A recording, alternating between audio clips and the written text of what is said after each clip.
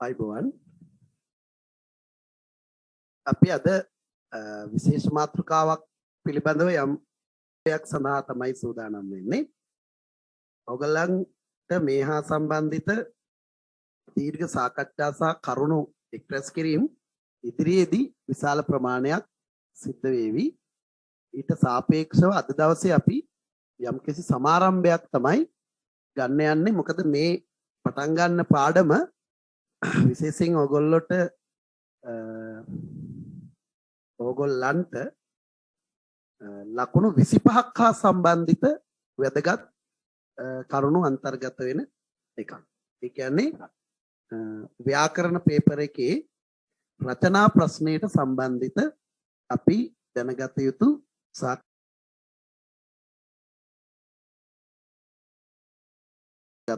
අපි සමාරම්භයක් වශයෙන් කතා කිරීමට බලාපොරොත්තු වෙන්නේ. ඊළඟට අපි අපේක්ෂා කරනවා රචනා මාතෘකා පිළිබඳව යම් යම් මාතෘකා පිළිබඳව ඔබ සමග පුළුල්ව සාකච්ඡා කරන්න විශේෂ කරුණු එකතු කර ගැනීම සඳහා ඒකටත් අපි ඉදිරියේදී කාලය වෙන් කරගෙන තියෙනවා. මේක ඇත්තටම ලබන මාසයේ අපි ආරම්භ කරන්න තිබුණු කොටසක්. නමුත් මම අද ඒකට ආරම්භය ගන්න හිතුවා.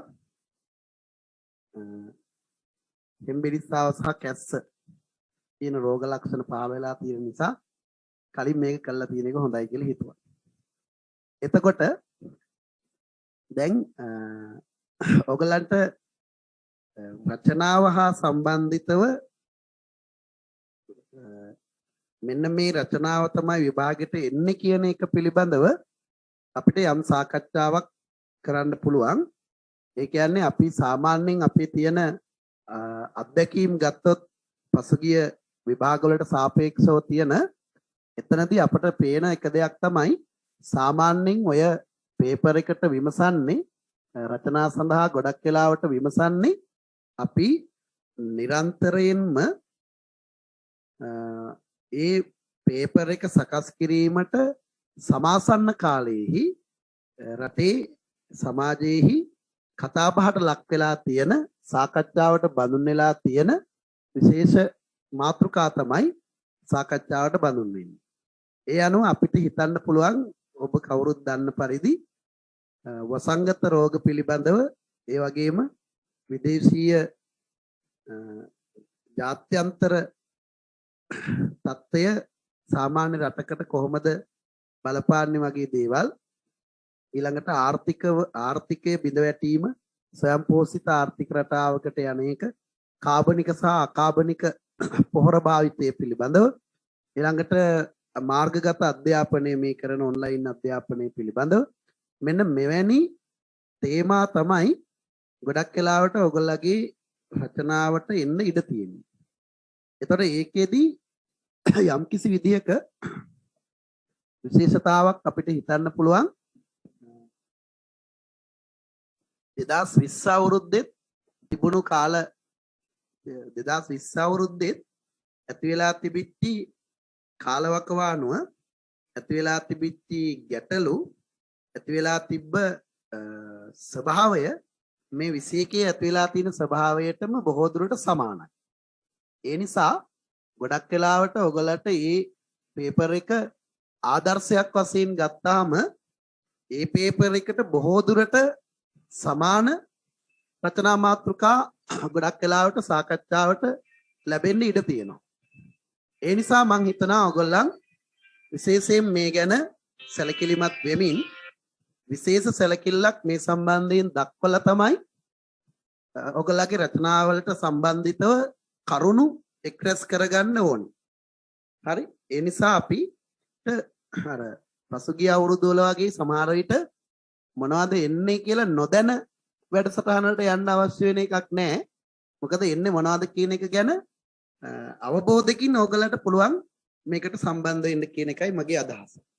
ඒ වගේම තොරතුරු සම්බන්ධයෙන් ගත්තොත් වර්තමානයේ සාකච්ඡාවට ගැනෙන තොරතුරු වලින් විශාල ප්‍රමාණයක් සමාජගතව පවතින තොරතුරු නිසා එදිනෙදා දෛනික සමාජයේ අහන්න දකින්න ලැබෙන තොරතුරු නිසා ඔයගලන්ට තොරතුරු රැස් කිරීමේදී කිසියම් වාසිදායක තත්ත්වයක් තියෙනවා. ඒ වාසිදායක තත්ත්වයේ වගේම තව දෙයක් තියෙනවා. හරිද? ඒ තව දේ තමයි ඔයගොල්ලන්ට මේකෙදි නිකන් බොරු දේවල් ලියන්න බෑ. ඒ කියන්නේ තරම්ම සමීප සම්බන්ධයක් නැති සහ වැරදි සංඛ්‍යාලේඛන දත්ත තොරතුරු ආදිය ඇතුළත් කිරීමට ඔයගොල්ලන්ට අවසරයක් ලැබෙන්නේ නැහැ. හේතුව මේක පොදුවේ ගත්තහම මේ කියන ලක්ෂණය ගැන ඔයගොල්ලෝ හිතලා බැලුවොත් පොදුවේ ගත්තහම මේවා සමාජගත වෙලා අවසාන වෙලා තියෙනවා. ඒ නිසා ඔයගලට යම්කිසි වගකීමක් තියෙනවා මේ දවස්වල වැඩිපුර ප්‍රචාරණයට බඳුන් වෙන තොරතුරු රැස් කර තබා ගැනීම හා සම්බන්ධිතව. ඒකට අවශ්‍ය කරන තොරතුරු එකතුවක් මමත් ඔයගලට දෙන්න අදහස් කරනවා. හොඳයි. අපි ඔය පසුබිමේ ඉඳගෙන රචනාවක් ලිවීම කියන එකෙන් අදහස් කරන්නේ මොකක්ද කියන එක පිළිබඳව අපිට අධ්‍යයනයකට යන්න පුළුවන්. එතනදී ඔයගලට මම දීලා තියෙනවා නොඑක් අවස්ථාවන්හිදී සම්පූර්ණ පේපර් සහ මාකින් ස්කීම් ඒවත් එක්ක ඔයගොල්ලෝ දකිනවා රචනාවක් සම්බන්ධයෙන් කොහොමද අපිට විභාගයේදී ලකුණු හිමි වෙන්නේ කියන එක. එතකොට සාමාන්‍යයෙන් රචනාවක් සම්බන්ධයෙන් අපිට ලකුණු හිමි වෙන්නකොට ලකුණු දීමේ පටිපාටි ඔබ දන්නවා ලකුණු ලබා දීමේ උපදෙස් මාලාවේදී රචනාව හා සම්බන්ධයෙන්ොත් ලකුණු දීමේදී සැලකිලිමත් වීමට කරුණු කීපයක් මාකින් ස්කීම් වල දක්වනවා නේද? ඒ විදිහට මාකින් ස්කීම් වල දක්වන කරුණු කෙරෙහි ඔයගොල්ලන් කිසියම් ආකාරයක අවධානයක් යොමු කර තිබීම ඉතා සුදුසුයි. එතකොට තමයි ඔයගොල්ලන්ට ඔයගොල්ලන්ගේ රචනාව සාධාරණ ලකුණු ලබා ගැනීමට උචිත රචනාවක ආකාරයට ඉදිරිපත් කිරීමට පුළුවන්කම ලැබෙන්නේ. හරි? ඒ නිසා ඔයගොල්ලන්ට නිකන් අපි ප්‍රවේශයක් හැටියට මම මතක් කරන්න කැමතියි මොනවද ඔයගොල්ලන්ගෙන් රචනාවක් ලිවීමේදී අවධානයට ගන්න කරුණු මොන වගේ දේවල් කෙරෙහිද ලකුණු ලබා දීමේදී අවධානයට දෙන්නේ මොන වගේ දේවල්ද ඔබ විශේෂයෙන් සැලකිලිමත් විය යුතු රචනාව ලිවීමේදී කියන එක පිළිබඳ ඔබේ අවධානය යොමු කිරීමට කැමතියි. ඒතර ඒකේ තියෙන විශේෂත්වය තමයි ඒක අවුරුද්දෙන් අවුරුද්දටත් ගොඩක් වෙලාවට වෙනස් වෙන්නේ නැහැ. දැන් පැරණි නිර්දේශය ගත්තත් නව නිර්දේශය ගත්තත් ඒ සෑම තැනකදීම වගේ රචනා ලිවීම හා සම්බන්ධිතව දීලා තියෙන උපදේශවල තියෙනවා සමානත්වයක්. හරිද? එක සමාන ලක්ෂණයක් තියෙනවා. ඒගොල්ලෝ මම මේ කියන දේවල් ලියා ගැනීමට අවශ්‍ය වෙන එකක් නෑ මං හිතන්නේ. මොකද ඔයගොල්ලෝ ගාව මේවා තියෙනවා. ඒ නිසා ලියා ගැනීමට වඩා ඔයගොල්ලන්ගෙන් අපේක්ෂා කරන්නේ මේවා කෙරෙහි අවධානය ලබා දීම. මොකද මම ඔයගොල්ලන්ට මාකින් ස්කීම් දීලා තියෙන නිසා ඔයගොල්ලෝ ගාව මේ තොරතුරු ගැබ් වෙලා පවතිනවා. එතකොට විශේෂයෙන්ම සැලකිලිමත් විය යුතු දෙයක් තමයි ඕගොල්ලගේ මේ රචනයේ ලකුණු සංඛ්‍යාව තීරණය කිරීමේ ප්‍රධාන සාධකයක් හැටියට ලකුණු සංඛ්‍යාව තීරණය කිරීමේ ප්‍රධාන සාධකයක් හැටියට ඒගොල්ලෝ දාලා තියෙන ප්‍රධාන කොන්දේසිය තමයි වචන සංඛ්‍යාව කියන එක. මේක ඊටාම වැදගත්. අපි ඒක නොසලකා හරින්න හොඳ නෑ. තරින්දි අපි ඒ ගැන වැඩි අවධානයක් දීම අනිවාර්යයෙන්ම සිදු විය යුතුයි. හරිද? දැන් ඒගොල්ලෝ අපිට දීලා තියෙන සීමාව තමයි වචන 250 400. එතකොට 400ට වැඩි නම් හෝ 250ට අඩු නම් ලකුණු 3ක් ඉවත් කරන්න කියලා කියනවා. එතකොට එතන තියෙන අනතුර තමයි එතකොට අපිට ලකුණු දීම ආරම්භ වෙන්නෙම 23න්. sorry 22න්. 25න් නෙමෙයි 22න් තමයි ලකුණු දීම ආරම්භ වෙන්නේ. එතකොට ලකුණු 22න් ආරම්භ වෙනකොට අපිට 75 ගන්න වෙන්නේ 97න්. මේ විදිහට අපිට හැම පැත්තෙම මේක අවාසි වෙනවා. ඊළඟට මේක අනිවාර්ය ප්‍රශ්නයක් නිසා ඔබට මේක ලියන්න වෙනවා. මොකද ඒකට ලකුණු 75යි ඒක 3ෙන් බෙදුවාම ලකුණු 25යි. ඒකෙන් එකක් 3ෙන් එකක් තමයි සම්පූර්ණයෙන්ම රචනාව කියලා කියන්නේ. නිසා මේක ඔයාලට මග ඇරලා ඒකක් ගන්නත් බෑ. හරි. එතකොට වචන සංඛ්‍යාව 250 400 කිව්වහම ඒක සමහර අයට 400 කිව්වහම ලියලා පුරුදු නැති ළමයින්ට හිතෙනවා ඒක ගොඩු ලොකු වචන සංඛ්‍යාවක්. උත්තර ලියන්නද 400ක කියලා. හැබැයි 400ක් කියලා කියන්නේ ඔයා නිකන් හිතලා බලන්න රෝල් 10 ඡේද 10ක්. දැන් රෝල් 10ක් ඕනිත් නැහැ. අපි හිතමු දැන් සසිකලා ඔයා ගාව තියනවාද ඔයා ලියපු මොන හරි උත්තරයක් හරි ඔයාගේ මේ CR කොලේක හරි විභාග කොලේක හරි ඔයගොල්ලෝ ලියපු උත්තරයක් පොඩ්ඩක් ළඟට ගන්න හැමෝම. ඔය කොහේ හරි හොයලා ගන්න. දුර්ලභයිද උත්තර හොයාගන්න එක? තනුජා කැමරාව ඔන් කරන්න පුළුවන් නම් මම කැමතියි. තරින්දි සදීපා හරි. උත්තර ගන්න කැමරාව ඔන් කරන්න. එතකොට දැන් ගණින්න ඔයාලගේ උත්තර කොලේ තුන්වෙනි රෝලේ තියෙන වචන සංඛ්‍යාව ගණින්න. මම එක එක්කෙනාගෙන් අහනවා.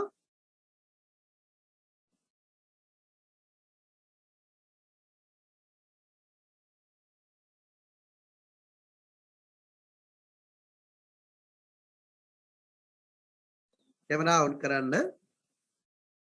තරින්දි සදීපා නදීසිකා මදු වසින්දු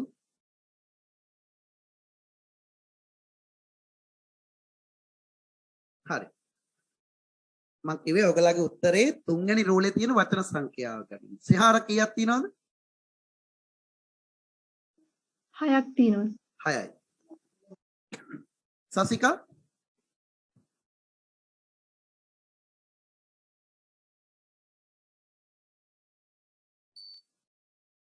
සදීප කීයක් තියෙනවද? 6යි සර්. දෙව්මිනි 7යි සර්.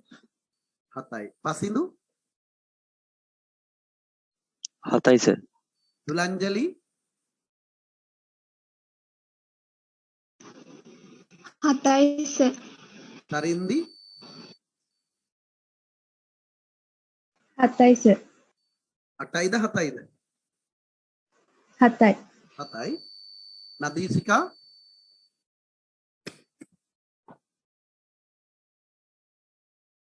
මල්කි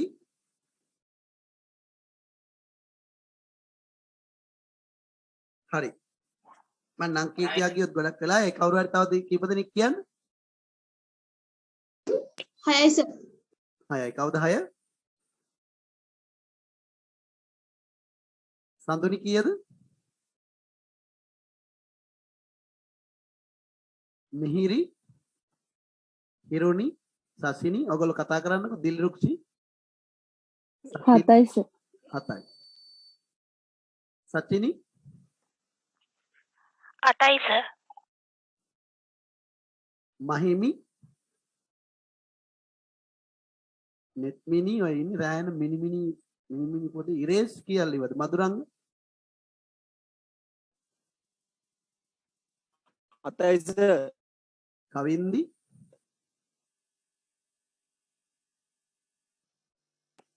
හරි නවල මේගොල්ලෝ විනෝද් 6යි සර්. හරි. එහෙනම් මම තව කවුරු හරි කියනවා නම් මම කැමතියි අපිට මධ්‍යගයක් ගන්න ඕනේ හින්දා මම මේ කීප දෙනෙක්ගෙන් අහන්නේ. 5යි සර්. 5යි. කවුද 5? දිල්රුක්ෂි. දිල්රුක්ෂි. සප්නා උදාරා 7යි සර්. 7යි. නෙත්මි නදීෂා 7යි සර්. නදීසිකා හංසනී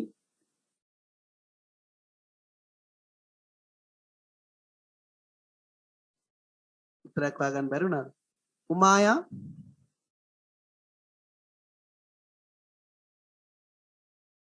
ඔව් කියන්න. ආසා 7යි සර්. 7යි. කවුද 7? උමායද? ඔව් සර්. හරි. එහෙමනම් මං හිතනවා ඔයගොල්ලන් ගොඩක් දෙනෙකුගේ දැන් අපි දන්නවා. එතකොට පරාසය ගත්තාම 5 7 අතර පරාසයක් තියෙන්නේ. ඒක ඔයගොල්ලෝ ගොඩක් අය මම නම් ගොඩක් කිව්වට කතා කළේ නැහැ. ඒ පරාසය ගත්තාම අපිට හිතන්න නිමාලි කීයද? 6යි සර්. 6යි. එතකොට අපිට පොදුවේ හිතන්න පුළුවන් ලකුණු සංඛ්‍යාව වචන සංඛ්‍යාව 6 තමයි මධ්‍ය ලක්ෂ්‍ය වෙන්නේ ඕගොල්ලන්ගේ වයසේ. මම ඒක සාමාන්‍යයෙන් දැකලා තියෙනවා 6. ඒ කියන්නේ 5 වීම නරකයි කියලා හෝ 7 8 වීම නරකයි කියලා නෙමෙයි කියන්නේ. පොදුවේ සාමාන්‍යයෙන් තියෙන වචන සංඛ්‍යාව 6යි කියලා අපිට උපකල්පනය කරන්න පුළුවන්. එතකොට අපි දන්නවා 6 පේලි 6ක් ලිව්වොත් වචන 360යි. එතකොට ඔයාගේ CR පොතේ රෝල් 6ක් කියලා කියන්නේ මගේ අතේ දැන් මේ වෙලාවේ CR පොතක් නැහැ. විභාග ඵලයක් වගේ ගමු. ඔයාට පේනවා රෝල් 6ක් කියලා කියන්නේ අර විභාග පේපර් එකේ මාක් කරලා තියෙන 5න් 5ටනේ. එතනින් එකක් පනින ගන්න. ඒතර වචන 7 අය ගත්තොත් රෝල් 5ක් කියන්නේ වචන 35ක්. ඒතර රෝල් 5 ඡේද 10ක් කියලා කියන්නේ වචන 350. ඒතර අපි 6 එක්කෙනා ගත්තොත් 6 ඒවා 36ක් නේ. ඒ කියන්නේ රූල් 6ක් එනකොට වචන 36ක් ඇවිල්ලා. එයා 10ක් ලියනකොට වචන 360ක් ඇවිල්ලා තියෙනවා. ඡේද 10ක්. එහෙමනම් ඕගොල්ලන්ට මෙතන ලොකු දෙයක් නැහැ. මම කියන්නේ වචන සංඛ්‍යාව සම්බන්ධ. ඒ නිසාම තමයි මේකේ අනතුරක් තියෙන්නේ. මොකද ඔයා මේ සීමිත වචන සංඛ්‍යාවෙන් අදාළ මාතෘකාවට සම්බන්ධිත වැදගත් දේවල් ඕනි කියන්නේ. ඒ අනුව ඔයගොල්ලන්ගේ රචනාවේදී බලාපොරොත්තු වෙන්නේ ගුණාත්මක අගයක් මිස ප්‍රමාණාත්මක අගයක් නෙමෙයි. ඒ නිසා තමයි ප්‍රමාණය සීමා කරලා තියෙන්නේ. ඒතර ඒගොල්ලෝ දීලා තියෙන උපරිම ශක්්‍යතාවට අපි ගියොත් ඒ කියන්නේ වචන 400ට ගියොත් ඒ කියන්නේ ඔයාට 36 ඡේද 5යි 40 ඡේද 5යි වගේ ලියන්න පුළුවන්. නේද? එතකොට ඔයා හිතලා බලන්න සමහර ළමයි රචනා ලියනකොට ඔගේ නියම වැඩේ තියෙන්නේ ඕක නෙමෙයි. නියම වැඩේ තියෙන්නේ ඔය ගන්න නම් එපා. ඔයගොල්ලෝ කවදාකවත් සල්ලි දීලා දැනට ඔය රචනා ලියන්න තියෙන පොත් ඒ ලෙවල් වලටම ආවේනේ කියව මං කියන්නේ. අනිත් ඒ වගේ ඉතින් ටිකට ලියන්න වෙනවනේ. ඒ පොත් ගත්තාම ඒකේ ඡේද දෙකක් ඉවරනකොට වචන 400 ඉවරයි. මුද්‍රණය කරලා තියෙන පොත්. ඉතින් ඔයගොල්ලෝ ඒවා බලලා ඒවා ග්‍රහණය කරගෙන දෙන්නම් නියමයට කියලා හිතාගෙන දෙන්න ගියාම මොකද වෙන්නේ? ඒ නිසා රචනාව ලිවීම කියලා කියන්නේ අපි වෙනම ප්‍රගුණ කළ යුතු දෙයක්. ඊළඟට සමහර අය ඉන්නවා අපි ලියනවා ගෝලීය උෂ්ණත්වය ගැන. මොකද එයාට එච්චර සතුටක් තියෙන්නේ. එයා භූගෝල විද්‍යාව කරනවා. හොඳයි බොහොම හොඳයි. නෝට් එක අරන් එන්නකො ලියන්න. හරි අරන් ඇවිල්ලා ග්ලැසියර් ඇඳලා නේද අරමමක් කරලා ඉවර වෙනකොට වචන 350 ඉවරයි. තාම රචනාව පටන් ගත්තේ නැහැ. තාම අර අයිස්කන්ධ යට ටිකේ ඉන්නේ. තාම මේක දිය වෙලා මේ උණුසුම වැඩිලා දිය උන්නේ නැහැ. වචන 350 ඉවරයි. ඒ නිසා මං හිතනවා අපිට මේකට පුහුණුවක් අවශ්‍යයි. අන්නේ පුහුණුව සඳහා අවශ්‍ය කරන තොරතුරු කීපයක් සඳහා තමයි අද දවසේ මම ඔයගලට Zoom සාකච්ඡාවක් සඳහා ආරාධනා කළේ. අන්න අරමුණ පැහැදිලි කිරීම ඉවරයි. හරි නැත්නම් ඔයගලට හිතෙනවා දැන් වචන සමහර අයට හිතෙනවා ඒ කරුණු දෙකටම මම උත්තර දුන්නා. පිසේදී පිරිමි ළමයින්ට හිතෙනවා දුවම වචන 400ක් විද්‍යාවක් ඇත එච්චර ලියන්න. වචන 400ක් කිව්වම ලොකු ගාණක් කියලා හිතෙනවා නම් ඒක වැරදි කියලා මං කියනවා. මොකද දැන් ඔයාගේ ඔය කොලේ ඔය විභාග කොලේ නිකන් ඉන්නලාවක ගැනලා බලන්න ස්වප්න රූල් 20ක් වගේ තියෙනවනේ 20ක් 22ක් වගේ තියෙනවා. එතකොට ඔයා පහ ගානේ ලිව්වොත් එක පැත්තකට 200යි. නේද? දෙපැත්තට යනකොට 400 කියන. රචනාවේ ලියන්න දෙයක් නැහැ අන්තිමට බැලුවා. ඒ නිසා ඉතාලම විධිමත්ව ඔයාට රචනාව ගොඩනගන්න සිද්ධ වෙනවාමයි. ඒකෙදි ඔයගොල්ලන්ට මාකින් ස්කීම් එකේ කරුණු ටික මම තවදුරටත් කියන්නම්. එහෙනම් පළවෙනි කරුණ මම කිව්වේ ඒ කියන්නේ අපි ඒ රාමුව තුල සිටිය යුතුයි කියන එක මම කිව්වේ. රාමුව යටින් 250යි උඩින් 400යි. එතකොට 250 කියන එක නම් ඔයා නිකන් හිතන්න 250 කියලා කියන්නේ වචන 25 ඡේද 10න්නේ. මා ලොකු දෙයක් නෙමෙයි. හැබැයි ලියන දේවල් වැදගත් වෙන්න ඕන. දැන් අපි හිතමු නිමාලිත් එක්ක කවුරු හරි පිරිමි ළමේ වරුවක් කතා කර කර ඉන්නවා. කිසිම වැඩකට නැති දේවල්. තව පිරිමි ළමේ ඔයත් එක්ක ඔයාව මුණ ගැහිලා පළවෙනි විනාඩි දෙකේදීම කියනවා නිමාලි මං ඔයාට කැමතියි ඔයාට මං ආදරය කරනවා ඔයගලගේ දෙමාපියෝ එක්ක කතා කරලා අපි විවාහ වෙමු ඔයා කැමති නම් හරි කලබල වෙන්න එපා හරි එතකොට අර වරුවක් කතා කරපු එකාටත් ඕක තමයි කියන්න ඕනේ උනේ හරිද අර වරුවක් තිස්සේ කතා කරා එකේ ඌටත් ඕක තමයි කියන්න ඕනේ දැන් ඔයා හිතන විදිහට ප්‍රමාණාත්මක බවද වටින්නේ ගුණාත්මක බවද වටින්නේ ගුණාත්මක බව වටින්නේ එයාගේ අදහස එයා කියලා ඉවරයි අරයා දැන් හෙට එන්නම් කියලා හෙට එනවා කියන්න එතකොට ඔයා මෙහි කේක් එක ඩිසයින් කරනවා හරි එහෙනම් රචනාවක් ලිවීම කියන එකේදී වැදගත් දේ නෙමෙයි වැදගත්ම දේ තෝරගන්න වෙනවා අර කැම්පස් එකේදී ඔයගලට මම දවසක් කියලා ඇති කැම්පස් වල ගෙදරින් ගෙනියන කෑම එක කනවා ඔයගලගේ අම්මා ඔය මුල් දවස්වල ඔයගලට කෑම ඔතලා දෙනවා මුල් දවස්වල කැම්පස් කියන මුල් දවස් ටිකේ මුල් මාස දෙකේ වගේ ඊට පස්සේ ඔක සාමාන්‍ය දෙයක් වෙලා යනවාද කියලා හයි මුල් දවස් ටිකේ කෑම ඔතලා දෙන එකට මාළු කෑල්ලක් දානවා ආදරේ වැඩිකමට පිටරයක් දානවා ඔය ඉතින් ඔයාගේ අර නසරානි යාළුවෝ ටික හොස්ටල් එකට වෙලා ඉන්නේ උන් ගෙදර යන්නෙත් නැහැ ඔයා ගිහලා කෑම එක දිගෑරි ගාව මොකද වෙන්නේ මට නම් වැඩි කන්න බෑ එක කටක් කනවා කියලා එකෙක් කනවා පිටරේ මටත් වැඩි කන්න බෑ කියලා අනික කනවා මාළු කෑල්ල ඔයාට ඉතුරුලා තියෙන්නේ මඤ්ඤ කොකොල මැල්ලුම විතරයි පොඩි ඩිංග දැන් ඉතින් කන්නේ හරි මං කියන්නේ වඩාත්ම ගුණ මඤ්ඤ කොකොල මැල්ලුම් ගුණයි කියලා එහෙම පෝෂණ වේදී කරන්න එහෙම තර්ක කරන්න ඉන්න එපා මම නිකන් උදාහරණයක් කියන්නේ වඩාත්ම හොඳම දේ කෙටියෙන් කරගත්තේ කවුද එක බිත්තරේ ගිලපු එක අනෙක මාළු කෑල්ල සමහර අය ඉන්නවා කොහේ හරි ගියාම ඒ මාරියන්නේ එයාට ටිකක් පිළිවෙලට කෙරවලකින් නම් කන්න ඕනේ ඕමු ටිකෙන් ටික ඉතින් වටපිට බල බල කන්න එයාට මොකද වෙන්නේ දැන් එයාට අන්තිමට පත්කොලේ ඔතලා ගිහිල්ලා අර ඒ වගේ දේවල් දාන ඩස්බින් එකට දාන්න විතරයි එයාට ඉතුරු එහෙනම් හොඳ දේ නෙමෙයි හොඳම දේ රචනා මාතෘකාවට ගේන්න ඕනේ ඒකයි වචන 250 තියෙන්නේ 350 400 අතරට දාලා තියෙන්නේ නිසා එතකොට පළවෙනි උපදේශය දෙනවා දැන්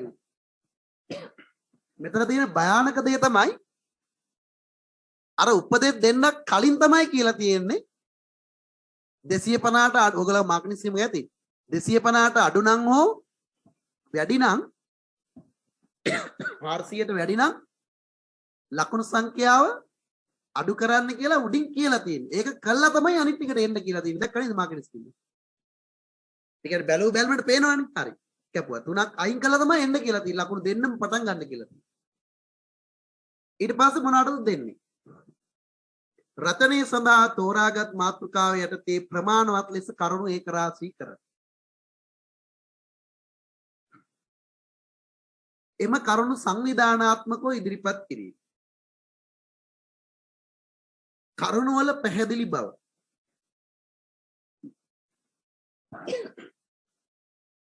එතකොට කරුණු ප්‍රමාණවත් ඉදිරිපත් කිරීම, කරුණු සංවිධානාත්මකව ඉදිරිපත් කිරීම, කරුණු වල පැහැදිලි බව. ඒ අනුව මුල් උපදේශ තුනම තියෙන්නේ කරුණු පිළිබඳව. ඒකයි මං කිව්වේ ප්‍රධාන අවධානය දෙන්න ඕනි අන්න ඒ කියන මූලික කරුණු තුනට. ඒ කියන්නේ ප්‍රමාණාත්මක බවට නෙමෙයි ගුණාත්මක බවට කියලා මං කිව්වේ ඒ නිසා. පැහැදිලි. ඊළඟට නිවැරදි අක්ෂර වින්‍යාසය අනුගමනය කර තිබීම ඒවා ඔයගොල්ලෝ දන්න සාමාන්‍ය දේවල්. ව්‍යාකරණ දෝෂ රහිත වීම සාමාන්‍ය දේවල්. හැබැයි සාමාන්‍ය වුණාට ලකුණු අඩු වෙනවා වැරද්දුවොත්. භාෂාව ව්‍යක්ත ලෙස හැසිරවීම. මොකද්ද ව්‍යක්ත කියලා කියන්නේ? භාෂාව ව්‍යක්ත ලෙස හැසිරීම කියලා කියන්නේ මොකක්ද?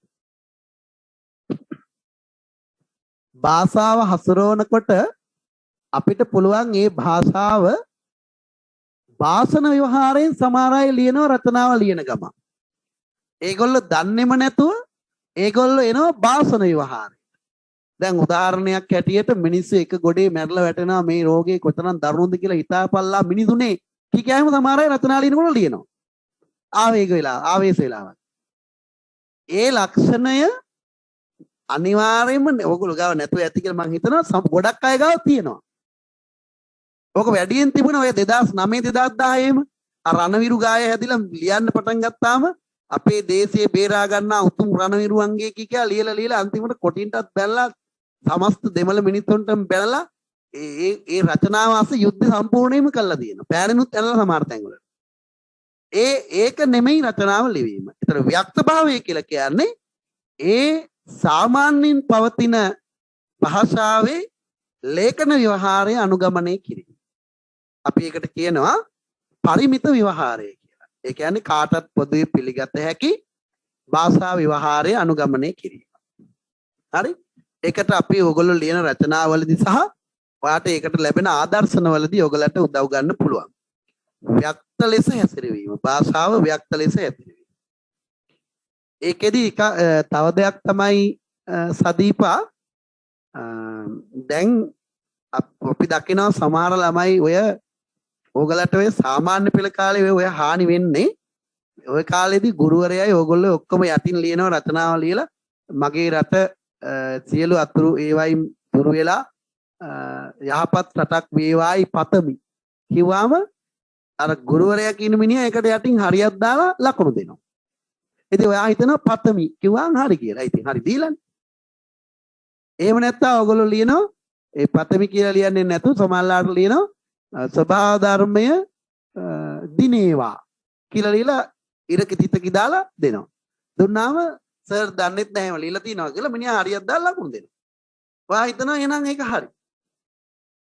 ඊළඟට සමහර අය ලියනවා පසින්දු රචනාව ලියන ගමන් එයා ලියනවා දැන් අපි හිතමු එයාට මාතෘකාව ඇවිල්ලා තියෙන මාර්ගගත අධ්‍යාපනය ගැන. මාර්ගගත අධ්‍යාපනය කියන එකට මොකද්ද ඉංග්‍රීසියෙන් කියන්නේ අංජලි?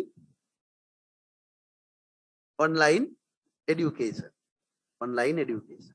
ඒ ගැන ඔයා ලියන ගමන් ඔයා නෙමෙයි කවුරු හරි ලියන ගමන් එයා කවුරු හරි කියනවා කියලා අපි හිතමු දැන් මාර්ගගත අධ්‍යාපනය සමාජගත වීම පළමු දෙවන කොරෝනා කාලවකවානුවට සාපේක්ෂව බොහෝ සෙයින් වර්ධනය වී ඇත. එසේ වත් තවදුරටත් එවැනි පහසුකම් නොමැති දරුවන් සිටී. ඔවුන්ට වග කියන්නේ කවුද? කියලා ඔයා එහෙම අහලා ප්‍රශ්නාර්ථයක් දාන්න. දැන් උත්තර බලන එක මොකද්ද කරන්න ඕනේ? අනේ මේ ළමයා ප්‍රශ්නයක් අහලා තිනවා. දැන් ඉතින් උත්තර බැරිල පැත්තක තියලා ඒකට උත්තර ලියන්න ඕනේ. වග කිය යුත්තේ කවුද? දැන් මට තියෙන්නේ ලියන්න. ඒ නිසා අපි රචනාවක් ලියනකොට ප්‍රශ්නයක් ඇහුවා නම් අපි ඊළඟ වාක්‍යයෙන් ඒකට උත්තරේ කියන්න දැනගන්න ඕනේ. ඒක තමයි සිස්ටම් එක. වග කිය යුත්තේ කවුද? එමනම් මේ අසංවිධානාත්මක පාලන ව්‍යුහය. මම මොකක් හරි ඔයාලට තියෙනවානේ ඔයා ප්‍රශ්නේ නගන්න උත්තරයක් හිතේ තියාගෙනනේ. ඒක ලියන්න ඕනේ. මම කියන්නේ ඒවා තමයි අර ව්‍යක්ත ව්‍යවහාරයට අයිති වෙන්නේ. අනිත් එක ඔය අර මම කිව්වේ පතමි සිතමි බලමි වේවා වගේ ඒවාට අපි කියන්නේ ඒවා අංජලි ඒවා තමයි අපේ හැඟීම්. ඒවා අපි පාවිච්චි කරන්නේ හැඟීම් ප්‍රකාශනය කරන්න. හැඟීම් කියලා කියන්නේ ඒ තරම් වැදගත් දෙයක් නෙමෙයි රචනා ලිවීමේදී. හැඟීම් වැදගත් වෙන්නේ විශේෂාංග ලිපි ආදී රචනා කිරීම. හරිද? රචනාවේදී හැඟීම් නෙමෙයි අවබෝධය තමයි අවශ්‍ය. ඒ අනුව මම සිතමි කිව්වාම උත්තර බලන කෙනාට හිතන්න පුළුවන් උඹ හිතුවට අපිට තියෙන අමාරුව මොකක්ද? ඒ නිසා මම සිතමි මට සිතෙන පරිදි කියන්නේ ශාස්ත්‍රීය ලේඛන නෙමෙයි. ඒවා ඔහුගේ පුද්ගලික සිතුවිලි. අපි ඒක රචනාවකට ගේන්නේ නැහැ. සුදුසු ලෙස පද බෙදීම හා ඡේද වෙන් කිරීම. කියවිය හැකිසේ අත්අකුරු පැහැදිලි වීම. ඒවා ඉතින් නිකන් සාමාන්‍ය දාන උපදේශ මාර්කින් ස්කීම් එක ඔයගේ දේවල් දාන්න ඕනේ නැහැ ඉතින්. නියමාත්මක ව්‍යාකරණ රීති අනුගමනය කිරීම කියලා දැම්ම නම් හරි මුන්ට අර දිගට පෙන්වන්න එපා ඒකයි ඔය දාන්නේ. නේද? නැත්තම් පද බෙදීම ඔය ඔක්කොම එකට කියන්න පුළුවන් නේ. හරි? එතකොට මේකේ තව තියෙනවා තරු ලකුණක් දාලා යටින් ලියලා විවිධ භාෂාත්මක ප්‍රයෝග භාවිතය. මෙහිදී උපමා රූපක ආප්තෝපදේශ ප්‍රස්තාව පිරුළු වැනි අංග ගැන සැලකිල්ල යොමු කරන්න. ඕගලන්ට නෙමෙයි කියන්නේ තරින්දි. ඕගොල්ලෝ ඒවා යොදලා තියෙනවද කියලා සැලකිල්ල යොමු කරන්න කියන්නේ උත්තර බලන අයට. ඕගොල්ලෝ උපමා කියන එක දන්නවා, රූපක දන්නවා. ආප්තෝපදේශ කියන්නේ මොනවද? කවුරු හරි දන්නවද? ආප්තෝපදේශ කියන්නේ මොනවද? ආප්තෝපදේශයක් කියන්නේ මොනවද? මට මතක මං දඟලි දවසක කාට හරි කිව්වා වගේ. ආප්තෝපදේශයක්. පෙහසරා කැමරා ඔන් කරන්න දමි. ඔයාගේ මූණ බලන්න. හරි? කෝ කියන්න කවුරු හරි දන්නේ නැද්ද? ආප්තෝපදේශ කියන්නේ මොකක්ද කියලා? කවිසා ඔයගොල්ලෝ ඕනේ නැතිව දන්නේ නැද්ද? මං කියන්නම්. ඔයගොල්ලෝ ගෙදර ඉන්නවා කවුද ඉන්නේ සංදීපණීගේ ගෙදර තව? අයියා සර්.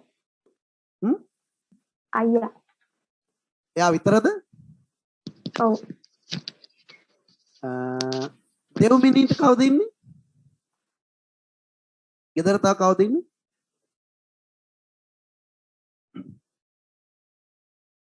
දෙව්මිනි නිදිද? මදුසි?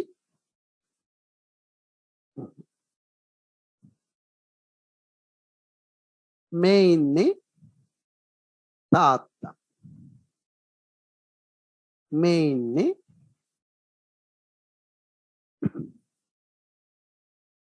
අම්මා.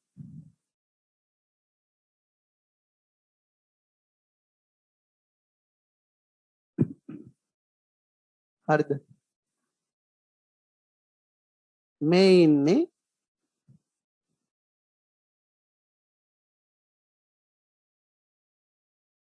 අක්කා.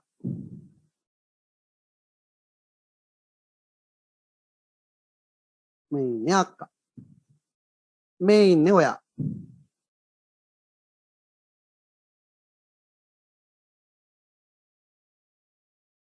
මේ ඉන්නේ මල්ලි. මේ ඉන්නේ ආතා. හරි? දැන් මෙතන ඉන්නවා ආප්තයෝ ටිකක්. දැන් මෙන්න මේගොල්ලන්ට තමයි අපි කියන්නේ ආප්ත කියලා. ආප්ත කියන එකේ තේරුම ආප්ප නෙමෙයි ආප්ත කියන එකේ තේරුම වැඩිහිටියෝ කියන එක. එහෙනම් ඔයාට දැන් වචනේ විසන්ධි කරන්න පුළුවන් නේද? ආප්ත උපදේශ සංධි කරන්න ආප්තෝපදේශ නේද සංදීපනි? ආප්ත උපදේශ ආප්තෝපදේශ. එහෙනම් මොනවාද ආප්තෝපදේශ කියලා කියන්නේ? වැඩිහිටියන් ලබා දෙන උපදේශ වැඩිහිටියන්ගේ කියමන්.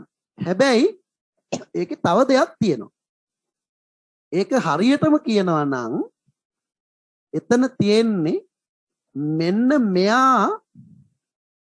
මෙයාට නොකිය යුතු. මෙයාට නොකිය යුතු. මෙයාට නොකිය යුතු. මෙයාට නොකිය යුතු. මේ කවුරුවත් මෙයාට නොකිය යුතු දේවල්. මෙයාට ආතට. උදාහරණයකින් කියනවා නම් ඔයාගේ සමවයස් කෙනෙකුට කියනවා වගේ ඔයාගේ වැඩිහිටි කෙනෙකුට ඔයාට කියන්න බෑ සහ කීම සදාචාර සම්පන්න නැහැ ඇඟිල්ලේ තරමට ඉදිමියන් කියලා. ඒක කියන්න පුළුවන් ඕගොල්ලගේ තාත්තට ඔයාට කියන්න පුළුවන්. ඔයාට ඒක ඔයාගේ තාත්තට කියන්න බෑ. කියන්න පුළුවන්. හැබැයි ඒක සංස්කෘතික විරෝධී. තේරුණාද? දැන් අක්කට කියන්න පුළුවන් ඔයාට නම් එම කටපියාගෙන හිටහන්. ඒක හරි. ඔයාට අක්කට කියන්න බෑ අක්ක උඹ කටපියාගෙන හිටහන්. අනේ සර් උඹ දන්න ගෙවල් වල ප්‍රශ්න නේද? අක්කට අපි කියනේව දන්නව නම් එහෙම. ඒක ඇවිල්ලා මේ සංස්කෘතික ව්‍යුහයේ තියෙන විපර්යාසය වෙනස් වෙලා. නමුත් ඉස්සර එහෙම අයියලාට අක්කලාට කතා කරන්නේ නැහැ. පැහැදිලි? ඉතින් අපි පොඩි කාලෙත් එහෙම අක්කට කියන්නේ අක්කා කියලා. අයියට කියන්නේ අයියා කියලා. තෝ උඹ ඒව කියන්නේ නැහැ කිසිම දවසක. කසාද බඳින්න ඉන්න මිනිහටත් දැන් කියන්නේ අයියා කියලා ඒ වුණාට නේද? කසාද බඳින්න හිතාගෙන මිනිහෙක් ආශ්‍රය කරනවා කියලා හිතන්නෝ ගෑන් ළමෙක් ඌට කියන්නේත් අයියා කියලා. ඒකට කියන්නේ ව්‍යභිචාරය සන්දීපනි. ව්‍යභිචාරය කියලා කියන්නේ ශිෂ්‍ය සම්පන්න සමාජයක් ඉදින් නොකල යුතු සම්බන්ධතා. හරි කමන්නේ කරගෙන යන්න. දැන් මම ඔයාලට කියන්න උත්සාහ කළේ ආප්තෝපදේශ කියලා කියන්නේ පොරැල්ලේ තරම දැනගෙන ලිඳ කපනු. කඩුල්ලේ තරම දැනගෙන වැට බඳිනු. අන්න ඒ වගේ ඒවා තියෙන්නේ. අන්න ඒ වගේ යෙදුම් තමයි අපි කියන්නේ ආප්තෝපදේශ. හරි? අත්දැකීම් තියෙන කෙනෙක් අත්දැකීම් නැති කෙනෙකුට දෙන උපදේශ. ප්‍රස්තාව පිළිවෙල ඕගොල්ලෝ දන්නවා. දැන් මේවට ලකුණු දෙනවා කියලා හිමායා මේවට ලකුණු දෙනවා කියලා අපි රචනාව ලියන වෙලාවේ මේවා දැම්මොත් කොහෙට හරි ලකුණු හම්බ වෙයිද? දැන් ඔයා රචනාව ලියාගෙන යනවා. මාර්ගගත අධ්‍යාපනය කොරෝනා සමයේහි දරුවන්ට අධ්‍යාපනය අඛණ්ඩව පවත්වාගෙන යාමට එක්තරා දුරකට ආශිර්වාදයක්. එමෙන්ම මෙම ක්‍රමවේදය මගින් අධ්‍යාපනය ලැබීමේ වාසිමෙන්ම අවාසිද විද්‍යමාන වේ. කීකියා ඉන්නකොට ඔයාලට මතක් වෙනවා මේ මාගනි ස්කීම් එකේ තිබුණා ප්‍රස්තාව පිරුලෙම දැම්මාම ලකුණු හම්බ වෙනවා කියලා. ඊට පස්සේ ඔයාලට ප්‍රස්තාව පිරුලා මතක් කළා ඒකත් ලියනවා ගහෙන් යන මිනිහට ගොනා යනවා වගේ. එමෙන්ම මෙම අධ්‍යාපන ක්‍රමය කියලා. එහෙමද මේ ප්‍රස්තාව පිළි දාන්න කියන්නේ? නෑ. මේ දාන්න කියන්නේ ඔයා පැහැදිලි කරන කරුණ විග්‍රහ කිරීම සඳහා අවශ්‍ය වෙනවා නම් පමණයි. ඒකට අවශ්‍ය කරන ලේඛන කුසලතාව වර්ධනය කර ගැනීම තමයි ඔයාගේ අපේක්ෂා කරන්නේ. හොඳයි. මම ඔයගලට දැන් මේ කිව්වේ මාගනි ස්කීම් එකක් කොහොමද රචනාව කෙරෙහි අවධානය දෙන්නේ කියන එක. දැන් මම ඔයගලන්ට අද දවසේ ප්‍රධාන වශයෙන් කීමට අපේක්ෂා කරන වැදගත්ම කරුණ කීමටයි දැන් සූදානම් වෙන්නේ. හරි? ඒ කියන්නේ අපේ රචනාව අපි ආරම්භ කරන්න එපා දැන් ලියන්න. නේද? සන්දීපනි පටන් ගන්න ඕනි වැඩි. එතකොට රචනාව කොහොමද ආරම්භ කරන්නේ? මම ඒක තමයි අද ඒක විතරයි අද දවසේ කියා දෙන්න හිතලා තියෙන්නේ. හරි? රචනාවක ආරම්භය. දැන් අපි දන්නවා ඔයගලට නොයෙක් පොත්පත්වල ඉස්කෝලවල එහෙම උපදෙස් ලැබෙනවා සිත් ගන්නා සුළු ලෙස තමයි රචනාව ආරම්භ කරන්න ඕනේ කියලා. මොකද්ද මේ සිත් ගන්නා සුළු ලෙස රචනාව ආරම්භ කරනවා කියන්නේ? රචනාව පේපර් එක ගත්තා. රචනාව තියෙනවා බොහොම හොඳයි. ඊට පස්සේ කොණ්ඩේම හොඳට හදාගත්තා. ඊට පස්සේ හොඳට hina වුණා. නේද? ඔහොම අහිංසක විදිහට hina වුණා. පෑන හොඳ ලස්සනට ගත්තා. දැන් සිත් ගන්න ඕනි කෙනෙක් කියන්නේ. දැන් ලියනවා. ඒකද? නෑ කියලා ඔයගොල්ලෝ දන්නවා. එහෙනම් රචනාවක් ලිවීමේදී ඔය සිත් ගන්නාසුළු කියන කතාව ඉතා පැරණි එකක්. ඒව දැන් ඔයගොල්ලෝ අයින් කරන්න ඕන. ඒව වැඩක් නැහැ. ඕක 2010ට කලින් වළංගුයි දැන් වළංගු නැහැ. දැන් ඔයාට මං පෙන්නලා දෙන්නම් වැදගත් කරුණු කීපයක්. මේ බලන්න මදුසි. ඔන්න රචනාවක් ආරම්භ කරන්න තියෙන එක ක්‍රමයක් තමයි ඓතිහාසික ක්‍රමය. ඓතිහාසික ප්‍රවේශය. මේවා ලියාගත්තට එහෙම කමක් නැහැ. ඓතිහාසික ප්‍රවේශය. ඊළඟට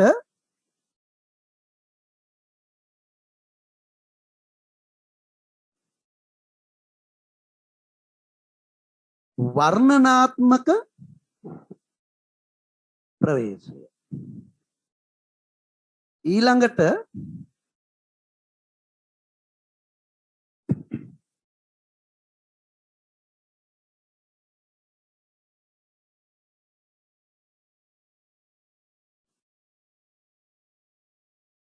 ඍජු ප්‍රවේශය.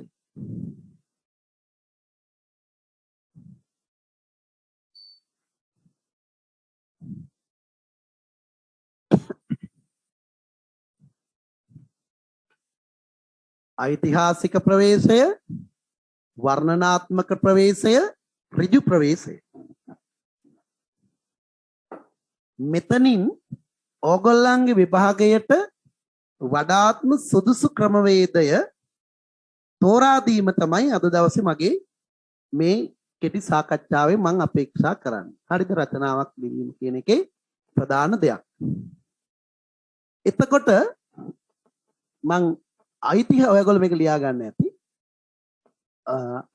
ඓතිහාසික ප්‍රවේශය කියලා කියන්නේ කිසියම් මාතෘකාවක අපි උදාහරණකින් බැලුවොත් මම හිතන්නේ ඔයගලන්ට හොඳට තේරුම් ගන්න පුළුවන් වේවි. දැන් අපි හිතමු හොඳයි අපි ගනිමුකෝ 2000 මේ ගමනම මේ මාතෘකාවක් අපි ගමු. අලුත් මාතෘකාවක්.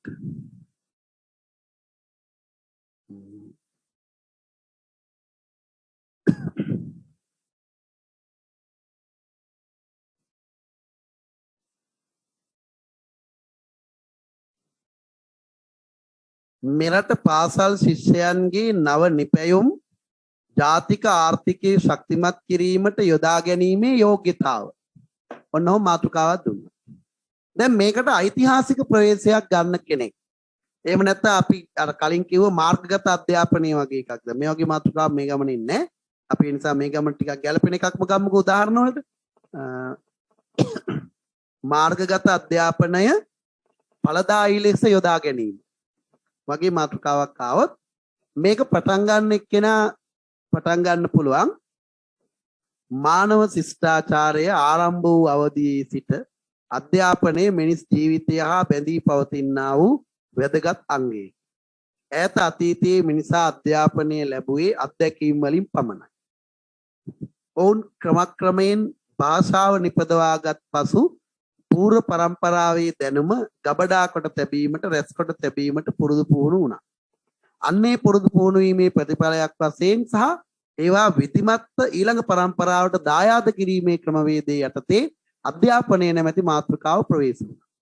ඒ අනුව එය ලෝකයේ සෑම රටකම ප්‍රචලිත වූ අතර එය ළමයින්ගේ අයිතිවාසිකමක් බවට පත් වෙලා තියෙනවා. මෙවැනි මේක සාමාන්‍ය මට්ටමින් දීර්ඝ කාලයක් තිස්සේ පැවතීමින් ආව කිසිදු ගැටලුවකින් තොරව නමුත් පසුගිය කාලයේ හටගත් කොරෝනා උවදුරු හේතු කොටගෙන එහි පැවති විධිමත් භාවයට බරපතල ගැටලු උදා වෙලා තියෙනවා. අන්නේ ගැටලුවට විසඳුමක් වශයෙන් මාර්ගගත අධ්‍යාපනයේ තියෙනවා. අන්න එයාගේ ප්‍රවේශය. එයා පටන් ගත්තේ ඈත ඉතිහාසයෙන්. දිගට ආවා. සංදීපණී එයා එකක්වත් වැරදි කිව්වේ නැහැ. වැරදි දේවල් කිව්වද එයා? ඔයගොල්ලෝ අහගෙන හිටියනේ බොරු කරුණු කිව්වද? නැහැ. ඔන්න ඓතිහාසික ප්‍රවේශය ටිකක් මතක තියාගන්න. නිකන් උදාහරණයක් මතක තියාගන්න. හරි? අපි ඒක දිගට අරගෙන යනවා. ඒ කියන්නේ මේ මාතෘකාවේ මුලට යනවා. සංනිවේදනය පිළිබඳව ජනමාධ්‍ය ගැන දුන්නොත් අපි යනවා ඒක දවසවල හූ කිව්වා දුම් ගැහුවා ඔන්න තෙන් එනකන් යනවා. ඊතලයේ තිබ්බා පණීඩ බැඳලා යවුවා කුරුල්ලා අතිය යවුවා ඔන්න තෙන් එනකන් යනවා. ගිහිල්ලා ඔන්න එනවා මුද්‍රණ යන්ත්‍රය හොයා ගැනීමට. ඊට පස්සේ මාකෝන් කොහොමම ඔය කට්ටිය ගාවට ඇවිල්ලා අන්තිමට එනවා මාධ්‍ය ගාවට. එතන වතන් 350ට එන්න ඕනි වෙලා.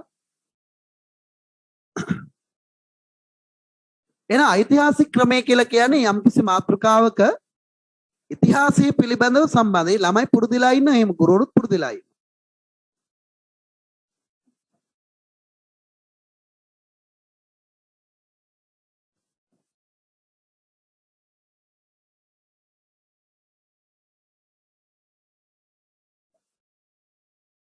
ඊළඟට තියෙනවා ඒ ගැන මං හිතන්නේ ඔයගලට වැටහුණා ඊළඟට තියෙනවා වර්ණනාත්මක ක්‍රමය. වර්ණනාත්මක ක්‍රමය. මොකද්ද මේ වර්ණනාත්මක ක්‍රමය කියලා කියන්නේ?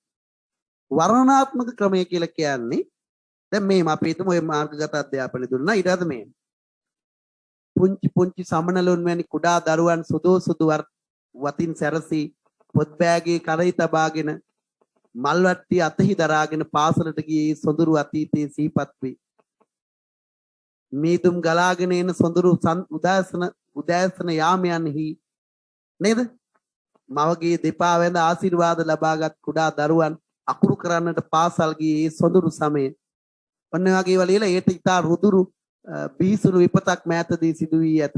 එනම් කොරෝනා උවදුරයි. අනේ යාලියන විදිහ. ඒක වර්ණනාත්මක ක්‍රමය. ඒකට සාමාන්‍යයෙන් කියන්නේ අන්ධබාල ක්‍රමය කියලා. අන්ධබාල ක්‍රමය කියන්නේ මෝඩයෝ විතරයි ඒක කරන්නේ.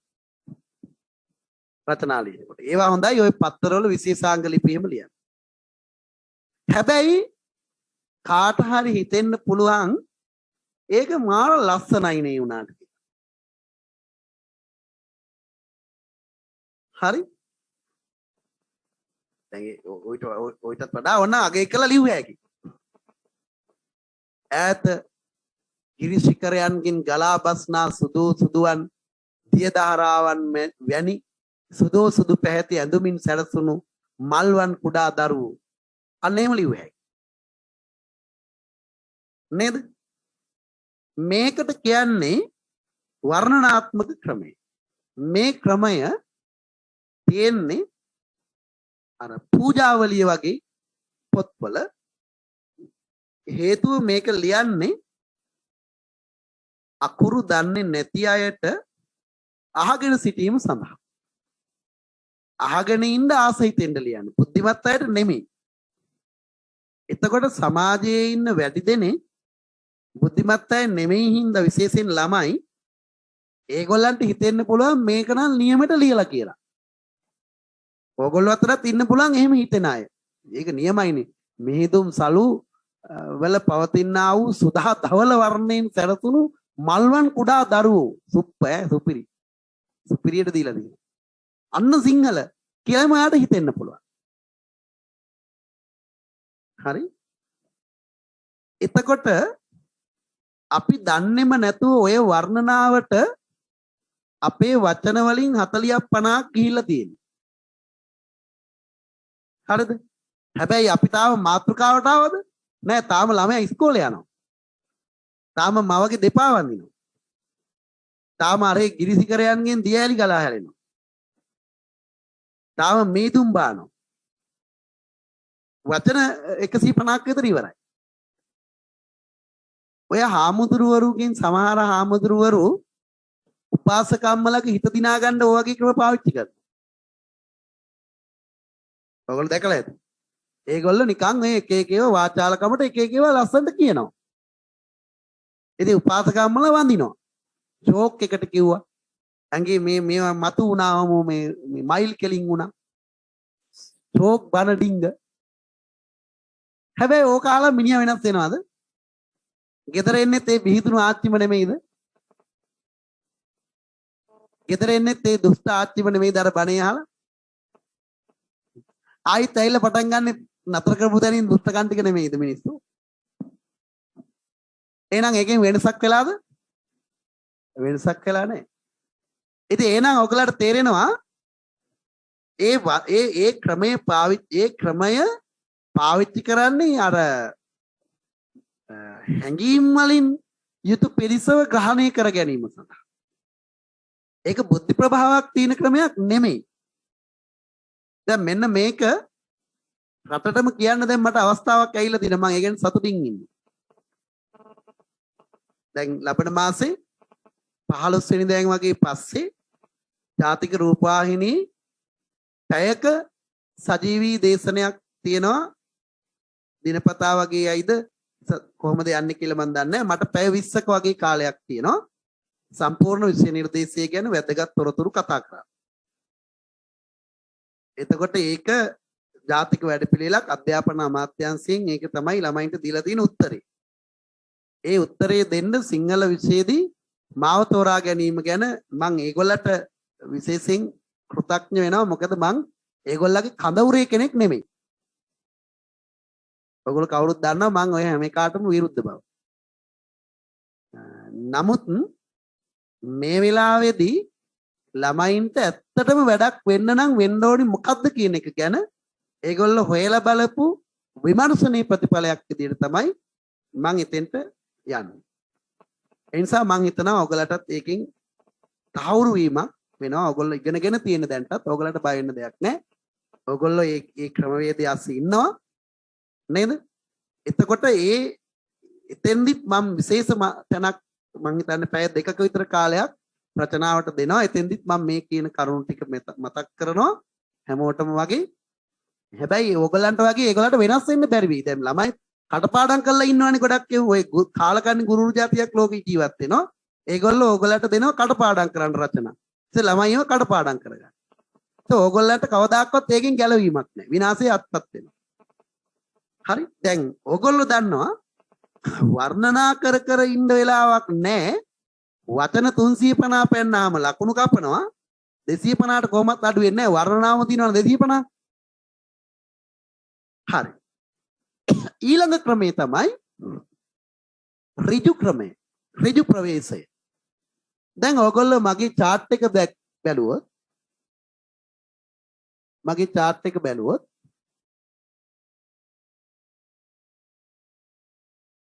ඒ chart එකම ඔයාට පේනවා යම් වෙනසක්. මම මේක කන්නතෝ තිබ්බේ ඒකයි.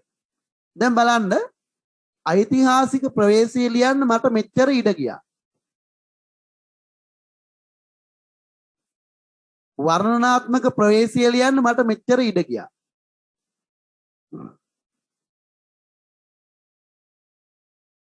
ඍජු ප්‍රවේශය ලියන්න මට ගියේ මෙච්චරයි.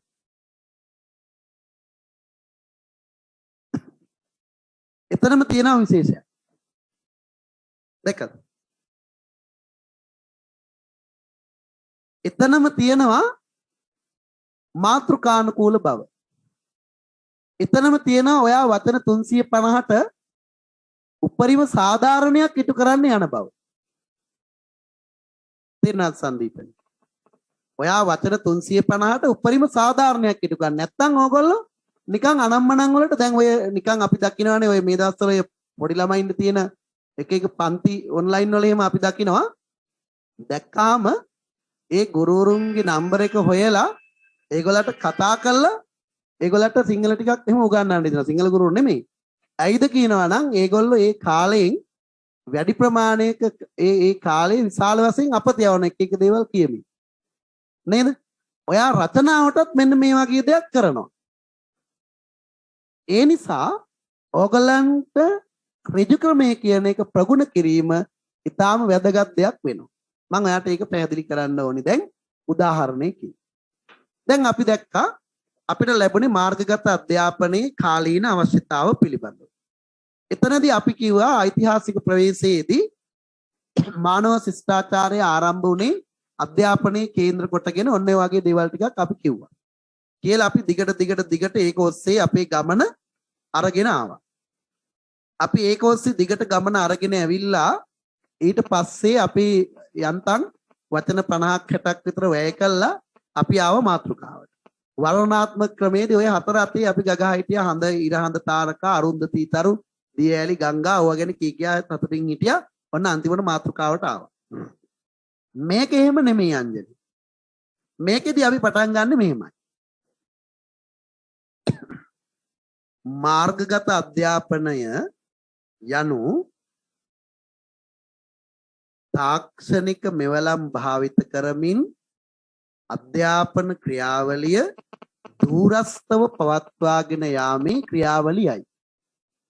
වෙන කවරදාටත් වඩා වර්තමානයේ උද්ගතව ඇති ව්‍යසනකාරී සමාජ තත්ත්වයේ හේතු කොටගෙන මාර්ගගත අධ්‍යාපනය අද අධිනිශ්චය වී ඇත නැත්නම් බහුලව අවධානයට ලක්ව ඇත. දැන් මොකද කියන්නේ ඔයගොල්ලෝ? ඔයගලන්ට තේරෙනවා වැඩේ දැන් ඒක හරි කියලා තේරෙනව නේද? ඇඟට අමාරුවකුත් නැහැ හිතට අමාරුවකුත් නැහැ. හැබැයි දන්නේ නැත්නම් කරන්න පුළුවන්ද? දැන් ඔයාලට තේරෙනවද අර ක්‍රම ගුරුවරු උගන්වන්නේ නැහැ කියලා? උන් දන්නේ නැහැ ගොඩක් වෙලාට වැඩේට සූදානම් වෙලා නැහැ. ඒගොල්ලන්ට පුළුවන් ඕන තරම් වෙලාවක ඔයගොල්ලොත් එක්ක එක එක කියෝ ඉන්න. නේද? මේ වර්ණනා කර කර එන්න පුළුවන්. භාගත පීරියඩ් එක ඉවර කරලා ගෙදරදී ලියන්න කියන්න පුළුවන්. හැබැයි මෙතන එහෙම නෙමෙයි ඍජුවම වැඩෙන් පටන් ගන්නවා. ඕගොල්ලෝ දැන් මගේ වීඩියෝ පාඩම් බලද්දි හරි YouTube පාඩම් බලද්දි හරි ඕගොල්ලෝ මම පාඩමක් පටන් ගන්න හැටි බලන්න. මම පටන් ගන්නේ පාඩමෙන් ඉතින්. ඒක හොඳ ශික්ෂණයක් කියලා මං හිතනවා. මම නෙමෙයි ගොඩක් අය හිතනවා. ඇයි? එතකොට ඉගෙන ගන්න අවශ්‍ය කෙනාට ඒ අවශ්‍ය දේ එතන තියෙනවා. රචනාව බලන කෙනාට විශාල වෙනසක් දැනෙනවා ඔයාගේ රචනාව. දැන් මොකද ඔයා තොරතුරු රැස් කරලා තියෙනවා. තොරතුරු සංවිධානාත්මකව ඉදිරිපත් කරනවා. ඒව නේද ලකුණු දෙන්න බලලා තියෙන්නේ. ඊට පස්සේ ඔයාට ඒව පැහැදිලි කරනකොට නිර්මාණශීලීව අර ප්‍රස්තාව පිරුණු උපමාදිය ගන්න අවකාශයක් මම හදලා දෙනවා. හැබැයි මම ඔයාට යෝජනා කරනවා ඍජු ක්‍රමයට තමයි ඔයගොල්ලෝ හුරු විය යුතු කියලා. මොකද ඡේද දෙකක් ලිව්වත් ඔයාට ලොකු වටිනාකමක් එනවා අර හැලි ලියනවට වඩා. පැහැදිලි නේද? ඔයාටම දැනෙනවා මාර්ගගත අධ්‍යාපනය කියන එකෙම පටන් ගත්තාම ඉතින් ඇත්ත තමයි සර් කියන එක කියලා දැන් ගොඩක් ළමයින්ට හිතලා ඇති. ඇයි අපි ලියන්නේ යන්නේ මාර්ගගත අධ්‍යාපනයේ කාලීන අවශ්‍යතාව? ඕකට අර වඳුරා ගස් වලට පොළු ගහලා ඒකෙන් ඉගෙන ගත්ත කියන එක දාන්න ඕනේ නෑනේ. ඒක දාන්න පුළුවන් මානව ඉතිහාසයේ විකාශනය වගේ මාතෘකාවක් දුන්නා. නේද? දැන් සංචාරක කර්මාන්තය ගැන දුන්නොත් දැන් මේ වගේ දැන් විදේශ විනිමය අත්‍යවශ්‍ය වෙන ලංකාව වැනි රටකට සංචාරක කර්මාන්තයේ පවතින වැදගත්කම වගේ මාතෘකාවක් දුන්නාම අර ක්‍රම දෙකට යන්නේ මොන පිස්සු කෙලියද කියලා බලන්නකෝ. නේද? ඓතිහාසික ක්‍රමයට යන අය කියයි මේ ඔය හියුන් සාන් මොකද්ද ඔය තියෙන පරණ නම් කවුද පාහියන් ඔන්න ඔය පටන් අරගෙන චීන සේද මාවත ඔස්සේ ඔන්නෝම ඒ කාලේ ආවා ඊළඟට ඔය කවුද අපේ සමනාමයන් මහරජා මිහිඳු හිමි ඔතන ඉඳන් අන්න ඒ කාලේ ඉඳන් මේව අන්තර් සබඳතා තිබුණා. කොහොම කී කියනකොට එයාට මතක් වෙනවා අපේ නන්දි වාණිජ වස්තුව. ඔන්න ඒකෙත් තියෙනවා මෙහෙම මේ වරාය ගම්මානයක් ගැන ඔන්න ඒ වගේ විස්තර කියලා ඉතිහාසයේ ඉඳන් මේක විකාශනය වෙලා ආවා. අපේ රටට ඒ දවස්වල කිව්වේ වෙන්න මේ වගේ නම් මෙහෙ තිබිච්ච කුළුබඩු සහ ඇත්දල වල ලොකු ඉල්ලුමක් තිබුණා. ඔන්නවා කී කියා ඇවිල්ලා ඊට පස්සේ අපි සංචාරක කර්මාන්තේ පටන් ගන්න ඔයත් එම්බත් වෙලා. ඔයාගේ තාවයේගේ ගිහිල්ලා. ඔයාගේ ප්‍රෙස් ගතිය නැති වෙලා. ඔයා තාම මෙහෙ ඇද්දල විකුණනවා තාම මෙහෙ චීනෙට. නේද? කසීසලු ගේනවා එහෙ චීනෙන්. නේද? සුවඳ විලවුන් ගේනවා එහෙ චීනෙන්. ඔයා මෙහෙ මැණික් මුතු මැණික් ඇද්දල විකුණනවා එහෙට තාම. දැන් ඔයා ඡේද දෙකකට විතර ඇවිල්ලා හොඳේ. දැන් අහන්නේ ඔයගලට මේ අද වගේ කාලෙක විදේශ විනිමය නැති කාලෙක ඒ කියන්නේ ඩොලර් නැති කාලෙක ඩොලර් ගන්න සංචාරක කර්මාන්තයේ තියෙන වැදගත්කම. ඔයා එතකොට අර දේශපාලකයෙකුට අසමාන වෙන්නේ නැහැ නේද? ඔගේ ප්‍රශ්නයක් අහුවා ඌ දෙන උත්තර බලන්න අන්න එහාගේ තමයි. වර්ණනාත්මක ක්‍රමයට ඌ තමයි නියම වැඩ කරන්නේ ඔතන. වර්ණනාත්මක ක්‍රමය ගන්න එක්කන මොනවා කරයිද බලන්න. මිනිහා කියයි මේක පාරාදීසයක්. කෙලිම ආයි ලංකාව කියලා කියන්නේ කතන්දරයක් නෑ, එකෙම පාරාදීසයක්. මේකේ නුවර එළියට ගියාම එක කාල ගුණයක් මේ කොයිද බලංගොඩට තව කාල ගුණයක්, ඇඹිලිපිටියට තව කාල ගුණයක්, අනුරාධපුරේ වෙනම ඓතිහාසිකයි. කෙලිම අවුරුදු 2500න් එහා ඔය විදිහට ලොකු විස්තරයකට එයා එනවා. ඊට පස්සේ මේකේ ඉන්න කුරුල්ලෝ ගැන, දිවියා, කොළ දිවියා ඔය ටික ඔක්කොම විස්තර කරලා සංචාරක කර්මාන්තයට එනකොට වචන 350 ඉවරයි. ඊට පස්සේ එයා යටින් ලියයි එයින් ගම්මෙවන්නේ මෙයයි කියලා. ඍජු ක්‍රමයේ අනුගමනය කරන කෙනා මොනවා කියයිද? ශ්‍රී ලංකාව වර්ග කිලෝමීටර් 65610ක කුඩා දිවයින. සවිශාල ස්වාභාවික සම්පත් වලින් තොරවීම හේතු කොටගෙන විදේශ විනිමය උපයා ගැනීමට විශේෂ මාර්ග අඩු රටක්. එවැනි රටකට විදේශ විනිමය උපයා ගැනීමට ඇති හොඳම මාර්ගයක් වන්නේ සංචාරක කර්මාන්තයයි. සංචාරක කර්මාන්තයට උචිත පිහිටීමක්, උචිත ස්වභාව සෞන්දර්යයක්, උචිත ඉතිහාසයක් අපේ රටෙහි නැත්නම් ශ්‍රී ලංකාවෙහි විද්‍යමාන වෙනවා. අපි කෙලින්ම වැඩේ ඉන්නේ දැන්. අරගොල්ලෝ අර නුවරඑළියෙන් බෑලා බලංගොඩට ඇවිල්ලා බලංගොඩින් එහෙන් ඇඹිලිපිටියට ගිහිල්ලා එහෙන් තිසමාරාම පැත්තට යනකොට අපි දැන් විදේශ විනිමය උපයන්න පටන් අරන්.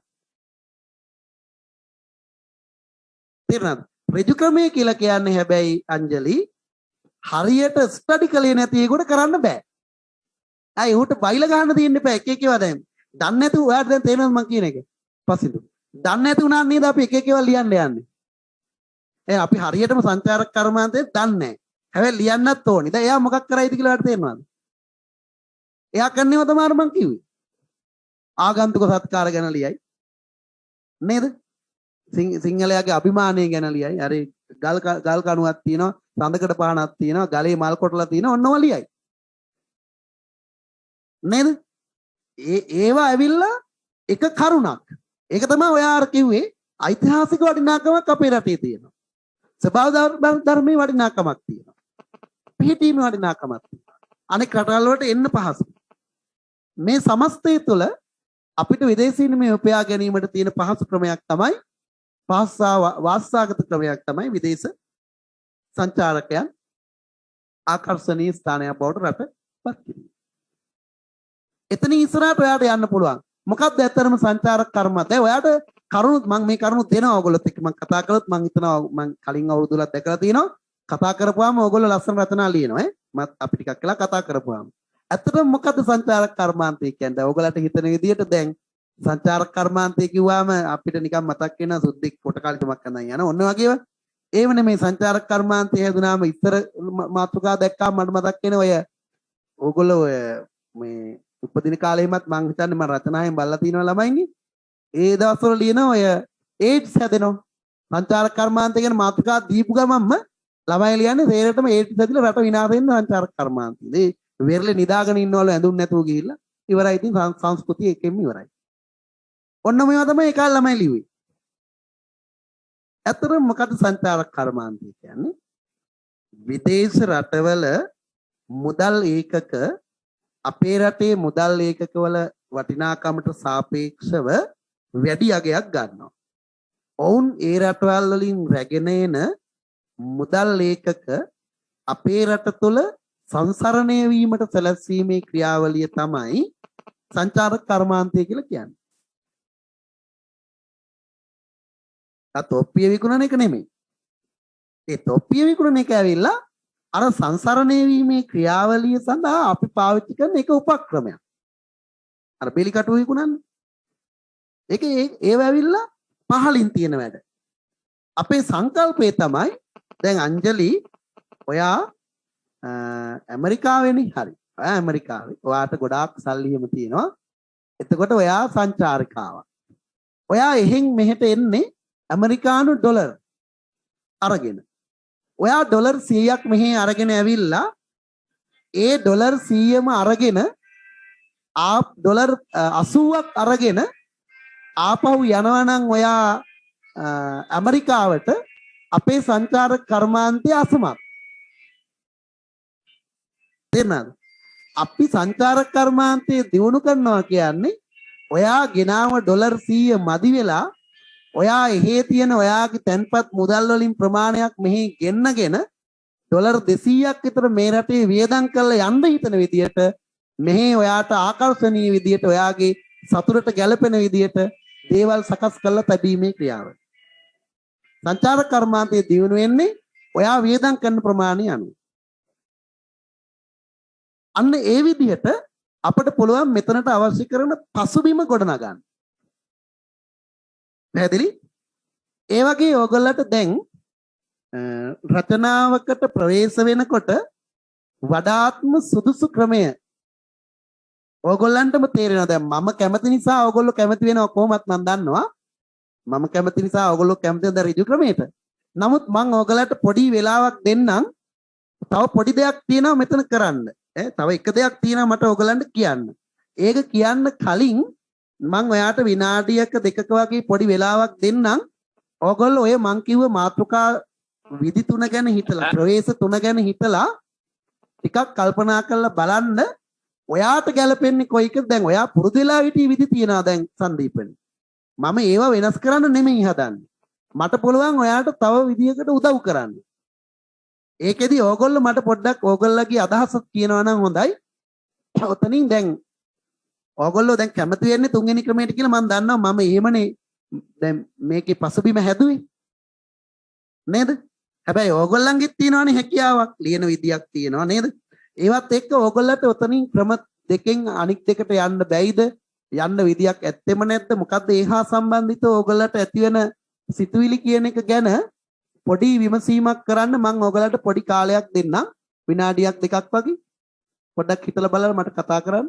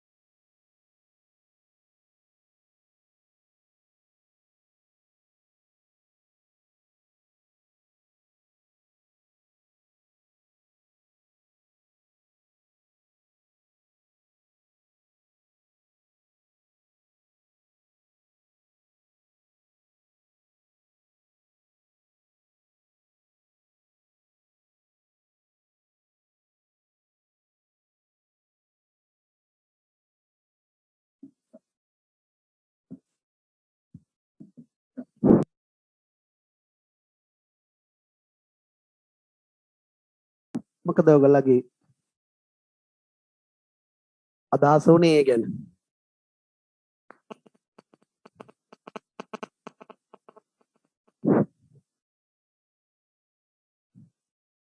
තරින්දි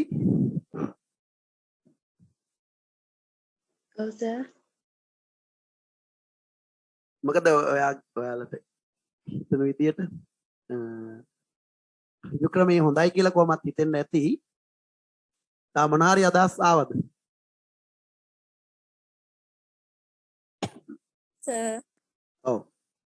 සර් මේ තාමත් සර් මම රචනා සැකිල්ල හදලානේ ලියන්නේ අර ඉස්සර වගේ. දැන් ඒ කියන්නේ මේ ලංකදී රචනාවක් ලිව්වා ලංකද නෙමේ ඉස්සර ඉඳන්ම මේ රචනාව ලියද්දි සර් 851 මගේ පන්නනවා රචනාවේ අනිවාර්යෙන්ම වචන ගාන. මේ ඉස්කෝලේ ගුරුවරුත් කිව්වා ඒක හදා ගන්න ඕනේ කියලා. ඊට පස්සේ මම රචනා සැකිල්ලට අනුව මේ අර මාතෘකාව හැඳින්වීම මේ විදිහට කොටස් 6කට බෙදාගෙන ලිව්වා. ඒත් සර් 352ක් ආවා මේ ඊයේ ලියපු රචනාවේ. 400 කමන්නේ.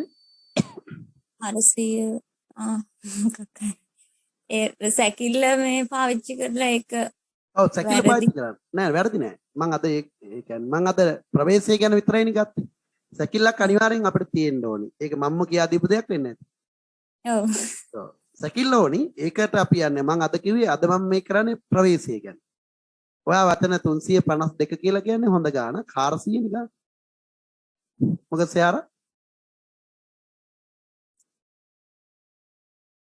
සයාර මොනාරි කිව්වද මට ඇහුන්නේ නෑ සර් මේ මමත් සාමාන්‍යයෙන් ලියලා තියෙන්නේ ඓතිහාසික ක්‍රමයටත් ලියලා තියෙනවා. ඔව්. ඍජු විදියටත් අරගෙන තියෙනවා. ඔව්. අංජලි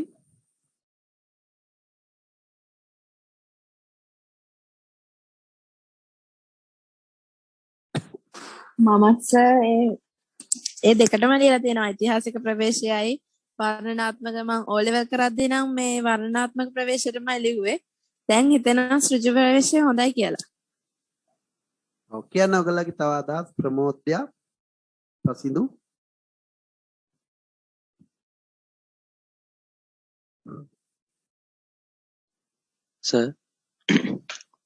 සර් මම මේ ඍජු ප්‍රවේශයට ලියලා තියෙනවා සමහර කරුණු පටන් ගනිද්දී ඓතිහාසික විදියට පටන් අරගෙන තියෙනවා මැදදී. ඔව්. එහෙම ලියලා තියෙනවා. ඒ කියන්නේ දැන් හරි. කියාගෙන යන්නකෝ මම කියන්න. කවින්ද නෑ සර් එහෙම ඔව් එහෙම තමයි සර් පටන් තියෙන්නේ. කවින්දි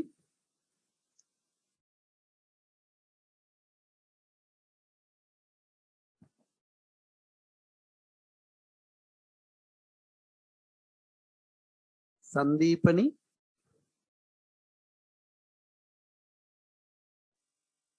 සර් මාත් මේ ඍජු ප්‍රවේශයෙන් තමයි ලියන්නේ. සමහරක් රචනා ප්‍රශ්නවලදී ඓතිහාසික ප්‍රවේශය පොඩ්ඩක් මුලදී ගන්නවා. ඔව්. තව කියන්න තව අයගේ අදහස් මම ඊට පස්සේ ඒකට ඔයගලට ක්‍රමයක් කියන්න හදන්නේ.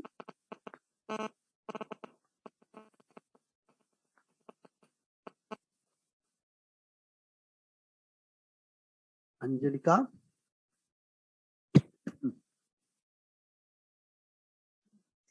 සර් මම ඓතිහාසික ප්‍රවේශයත් වෙලාවකට ගන්නවා ඍජු ප්‍රවේශයත් ගන්නවා සර් මේ මේ දෙකම අනුගමනය කරනවා. ප්‍රවේශය ටිකක් අඩුවෙන් ගන්නේ ඒක කොට තේරෙන්නේ නැහැ. ඍජු ප්‍රවේශය.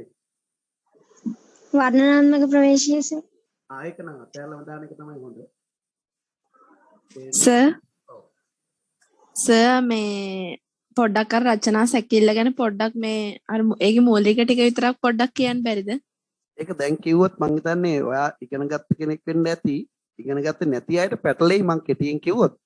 ඒක මම ඊළඟ දවසේ ප්‍රධාන මාතෘකාව හැටියට ගන්නම් ඈ. ඒ කියන්නේ මං වේගෙන් කියාගෙන ගියොත් ඒක කරපු නැති අය ඉන්නවා මෙතන.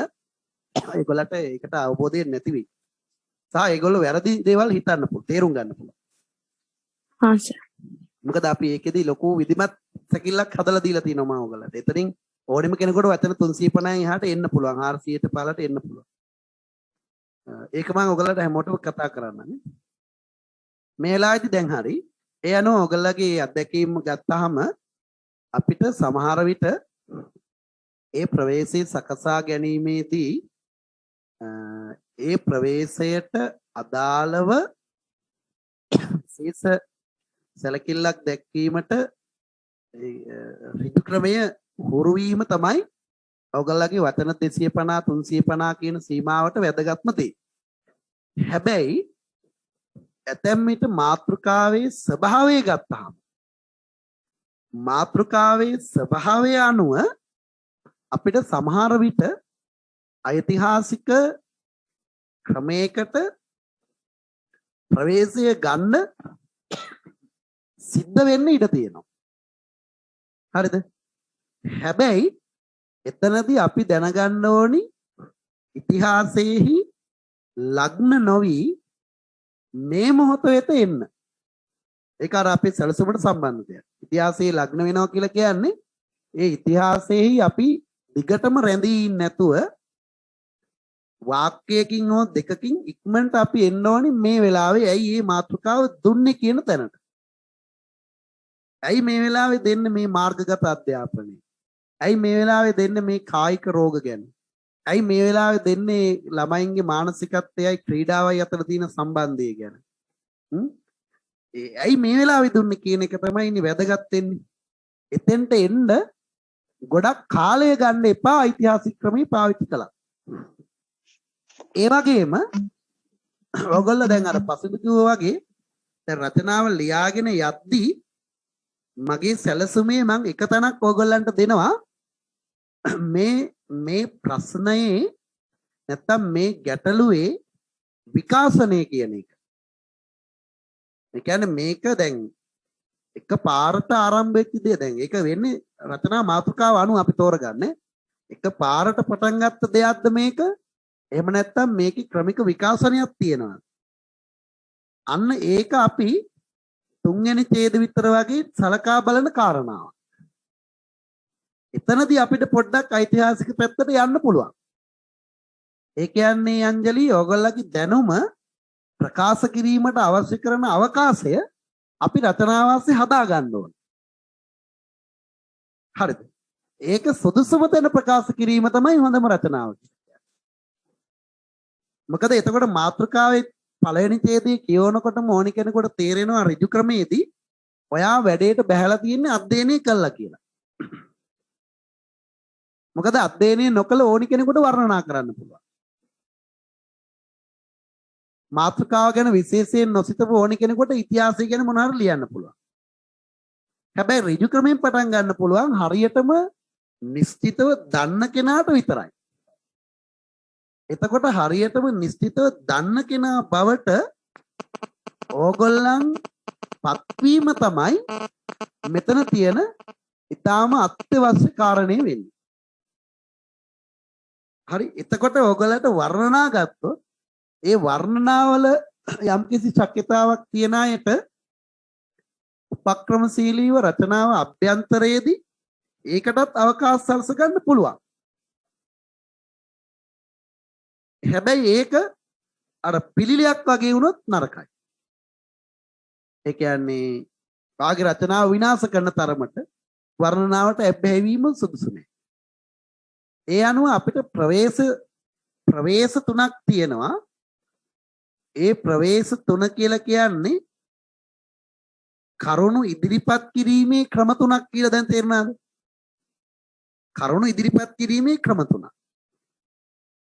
ඒ ක්‍රම තුنين ඔයා කැමති එකකට රචනාව අභ්‍යන්තරයේදී ඔයාට ආවට ප්‍රශ්නයක් නැහැ. ඔයා කියන්න යන කරුණත් එක්ක ගැලපෙන විදියට ඔයාට ඕනනම් ඓතිහාසිකව අධ්‍යාපනය අර්බුදකාරී අවස්ථාවන් වලදී අධ්‍යාපනයේ කොහොමද අධ්‍යාපනයේ ළමයි මුහුණ දුන්නේ කියන එක. දැන් මම ඔයගලට මගේ සරල උදාහරණයක් කියන්නම්. අපි රචනා මාතෘකා කතා කරද්දී මම ඔයගලට පුළුල් වශයෙන් කරුණු දෙනවා. මම නිකන් ඔයාලට සරල උදාහරණයක් කියන්නම්. අපේ අයියලා එහෙම 7 වසරේ වගේ කාලෙදී ඒ කියන්නේ 1900 88 89 වගේ කාලේ ඒගොල්ලන් අපේ රටේ තිබුණා අර සිවිල් අරගලයක් ජනතා විමුක්ති පෙරමුණේ අය සහ හමුදාව රජය අතර තිබුණු ගැටුම. එතන ලක්ෂයකට විතර ආසන්න පිරිසක් මිය ගියා. මේ කාලේ මාස 7ක් විතර වගේ එක දිගට පාසල් සහ විශ්වවිද්‍යාල වහලා තියන්න සිද්ධ වුණා. හරිද? අවම වශයෙන් මාස 6ක් විතර වැහුවා මට. මම අපි එතකොට ඉතින් ඉස්කෝලේ යන්නෙත් නෑ කොහොම පොඩි. එතකොට මම හැබැයි මට මතකයි අපේ අයියා 7 වසරේ එනකොට 8 වසරට ඒගොල්ලෝ ගියා විතරයි මේ වැඩේ වෙද්දි 8 වසරේ ඒගොල්ලගේ පන්තියේ ළමයි මම පස්සේ හොයලා බැලුවාම ළමයි 34ක් විතර වගේ ඔක්කොම ළමයි හිටියා. එතකොට අර මාස 6න් 7න් පස්සේ ආපහු ඉස්කෝල පටන් ගත්තාම ඒ පන්ති හිටියේ ළමයි 4 දෙනයි. අපේ අයියත් ඇතුළු හිටපු සියලුම පිරිමි ළමයි පතල් වැඩට ගියා.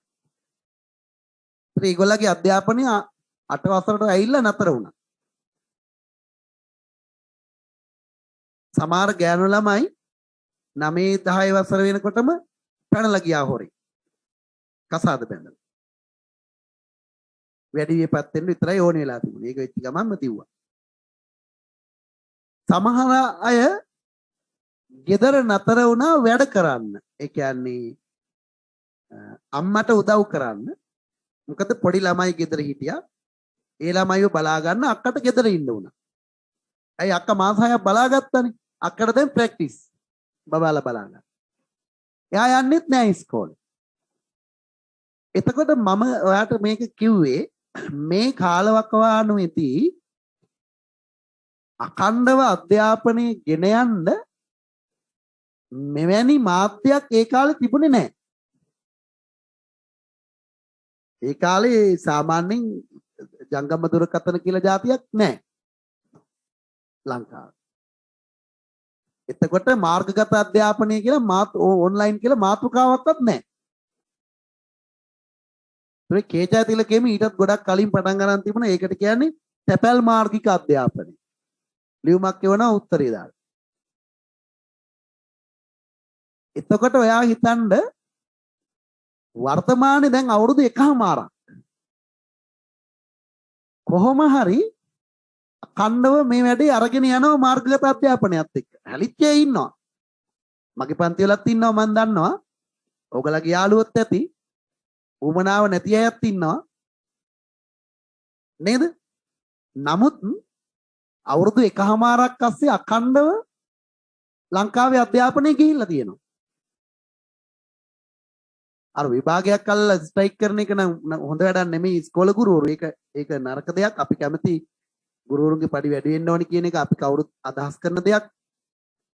නමුත් සමහර ළමයි ඉන්නවා ඉස්කෝලේ ගුරුවරු ඔය ඉස්කෝලේ පටන් ගත්තාම එන අදහසක් ටෝක් එකක් දෙනවානේ දෙමාපියම ගෙන්නලා පන්ති යන්න ඕනේ නැහැ ඔක්කොම ඉස්කෝලෙන් කරගත්ත හැකි අපි කරලා දෙන්නම් කියලා. ඒගොල්ලන්ට දැන් මොකද්ද වෙන්නේ? ඒක විශ්වාස කරලා ළමයි 5 දෙනෙක් හරි නතර වුණානේ. ඒගොල්ලන්ට දැන් මොකද වෙන්නේ? ඒක නිසා ඒ වගේ දේවල් ඇරුණාම මාර්ගගත අධ්‍යාපනය කියන එකේ තියෙන වැදගත්කම ඔයාලට මේ කිව්වේ. දැන් අපේ අයියලාගේ අත්දැකීමෙන් මම කිව්වේ ඒගොල්ලෝ හොඳට ඉගෙන ගන්න අය. හොඳට ඉගෙන ගන්න පුළුවන් මට මතකයි ඒ දවස්වල ඒගොල්ලන්ට. ඒ පන්ති හිටිය දක්ෂ අයියලා අක්කලා. එකෙක්වත් ඉස්කෝලේ ගියේ නැහැ. පතල් ගියා, කුලී වැඩ වලට ගියා. පතල් වලින් පොඩි පොඩි වාසි වුණා. ඊට පස්සේ ඉස්කෝලේ කියන නමවත් මතක නැහැ.